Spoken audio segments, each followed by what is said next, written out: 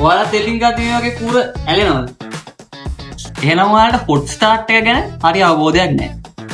Hot start එක කියන්නේ ඔයා වෙල්ඩින් එක පටන් ගන්න කූර ස්පාර්ක් කරන වෙලාවේ එක්ස්ට්‍රා කරන්ට් බූස්ට් එකක් ඇති කරලා, ඒ කියන්නේ කරන්ට් එක ටිකක් වැඩි කරලා ඔයාලට ස්පාර්ක් එක පටන් ගන්න ලේසි කරන එක.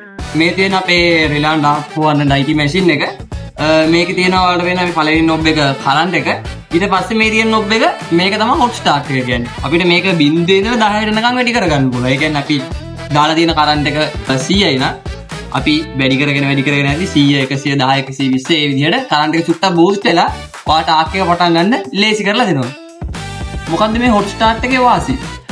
ඔයාලට වෙල්ඩින් එක පටන් ගන්න ලේසි කරවනවා. ඒ වගේම ඔයා වෙල්ඩින් එක පටන් ගන්න තැනදී හොඳ ෆියුෂන් එකක් ඇති කරලා දෙනවා. ඒ වගේම ඔයාගේ ඉලෙක්ට්‍රෝඩ් වල මොන හරි බෑඩ් කන්ඩිෂන් එකක් තියෙනවා නම් ඒ කන්ඩිෂන් වලදී කුර පත්තු කරගන්න ස්පාර්ක් කරගන්න ඔයාලට ලේසි කරලා දෙනවා. ඔයාලා සාමාන්‍යයෙන් 60 13 වගේ වෙල්ඩින් කුරක් පාවිච්චි කරනවා නම් මේ hot start එක වැඩි ඕන වෙන්නේ නැහැ. ඒ වුණාට 70 18 වගේ වෙල්ඩින් රොඩ් එකක් ඔයාලා පාවිච්චි කරනවා නම් hot start එක අනිවාර්යෙන් තියෙන්න ඕනමයි.